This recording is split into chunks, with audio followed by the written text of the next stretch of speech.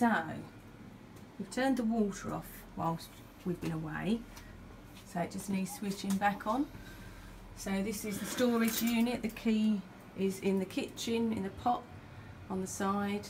You come in and you'll see obviously the water heater, and on the top is this red and blue valves, obviously the hot and cold water, and they're both, I'm just turning them off at the moment. Just a quarter of a turn.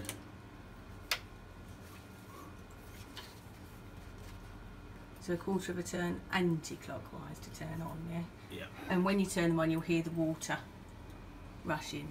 No need to turn it off when you leave, because obviously we've got people arriving a couple of days later. Thank you very much.